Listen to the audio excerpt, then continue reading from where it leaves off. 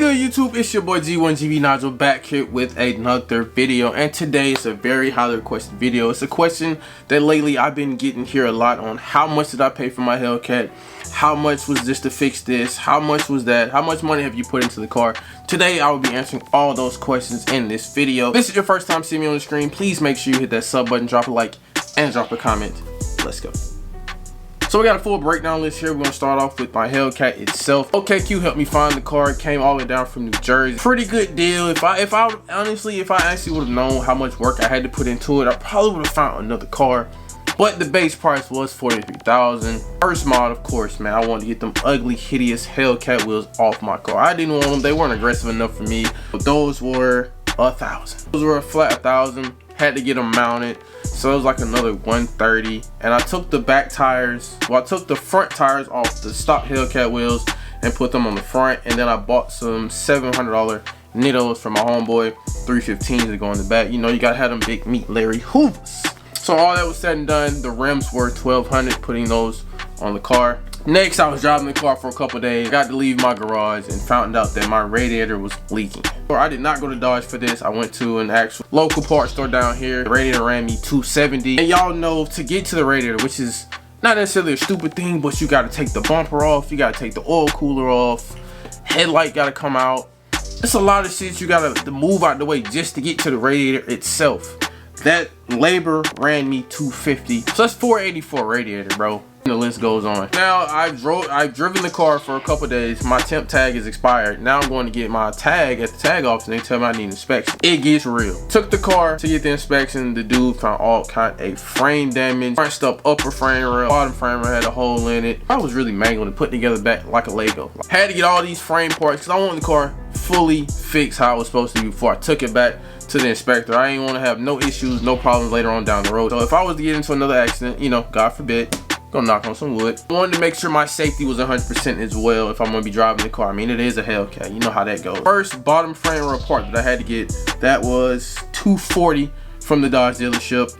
Also got a upper frame rail, that was $220. How Dodge has this set up, you have to buy every, like, okay, so you got a inner frame rail, then you got the outer frame rail, then they weld it together, and now it's one. This makes it to where you have to buy 4 different pieces to make 2 pieces, which is stupid. Which actually is smart on their part. They make you spend more money. Got the outer top frame rail and the inner, and then I got the bottom frame rail. Now on the bottom frame rail, the dude that did the first framework for me, he took the one from the old one and welded it together for me. So that saved me a couple $100. All the frame stuff together, it was about $600 for all parts. Crazy thing is, to get to this frame part, and this is what was so heart sinking for me, I had to pull my motor. My motor had to come out the car, like literally everything had to come out to get to this frame piece, which the hole was probably about this big, which therefore lets me having to buy a lot of extra coolant. I probably spent at least $200 on coolant. Coolant runs about $28 a bottle, and I needed about 8 bottles for me replacing radiators, taking the motor in and out of the car. You have to drop all fluid. Had to buy oil. Oil's about another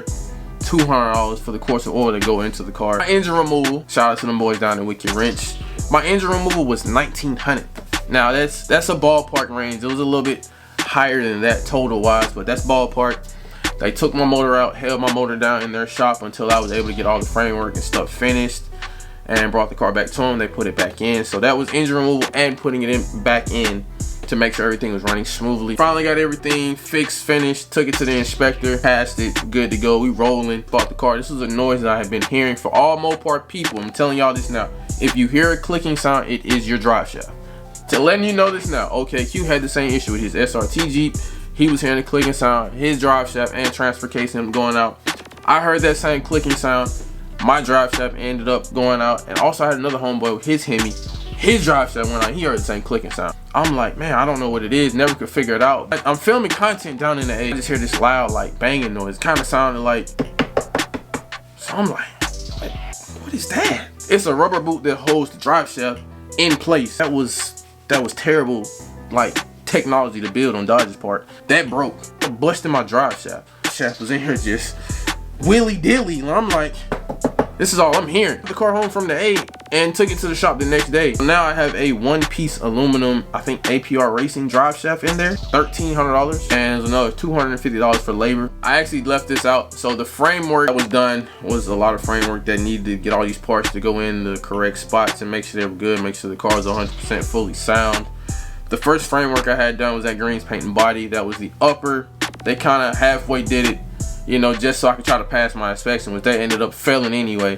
But that was $1,500, and which if I would have not done that, I could have saved another $1,000 and just had it done the correct way the first time. But the inspector threw me for a loop on kind of telling me what I needed to fix when he really wanted me to fix everything. It's kind of me. I should have had it fixed the correct way the first time. Second framework was Paint and Body Shop. He charged me $800. The craziest thing is when he did it, he didn't clean none of the work up. Was done, he kind of 50% did it, all cool, all dandy, so I had to take it to someone else, re-welded some stuff and smoothed it over. I took it to the inspection people. It was $500. Also got a wheel alignment, you know, messing with the front, you got to make sure the car drives straight, so I had a wheel alignment. That was $70. So with everything needed, this is no cosmetic mods, I'm gonna get to that next. It gave me a grand total of $8,106. if you tack that on to $43,000, that would leave my Hellcat to be the exact price of $51,106 that I paid for my Hellcat. I don't think that's a bad, that's not a bad price. That's not a bad price to me for a fully mechanical running Hellcat that do the same thing as one straight off the lot. I think it's pretty smooth. There's nothing wrong with going to Copart and finding your car, building it. Make sure you know what you're getting into. Make sure you have everything fixed. If you're going from salvage to rebuilt, the inspector is gonna look at your car, and I mean look at your car. My homeboy Big Head from Columbus took his car down there and he failed in 10 seconds.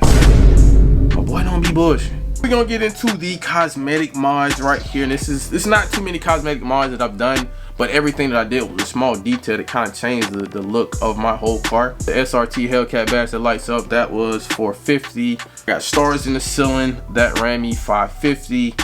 Shout out to Crazy Customs. Of course, we had to get the good leg maker. I want that whine to be exceptionally louder. That was $520. I changed out all my Hellcat badges and debadged it. That was $100. Puddle lights in the doors, just in the front too. I gotta get some for the rear doors, but I just wanted them in the front. Don't nobody route me no way. Those were $30. That's probably the cheapest mod on my car, literally. And I also tinted my tail lights and tinted my side markers.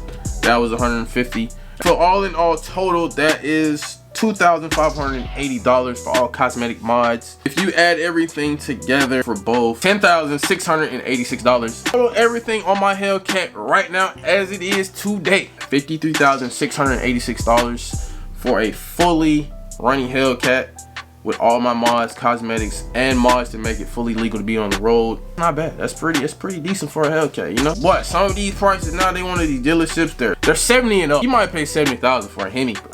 That might be a little exaggeration, but scats are like 89. That's like the new Hellcat. They're going for like 80, 90,000. Now Hellcats red eyes are going for 120. So I would gladly take the route I took. Make sure you know what you're getting into. Make sure you choose the right shops. Make sure they fix it how they're supposed to fix it. Look in and know what you're getting yourself into. I'm gonna do it for this video. Hope you guys really have enjoyed it. Make sure y'all do all the good stuff. Y'all like, comment, and subscribe. And until next time, y'all stay safe out here. Bless up.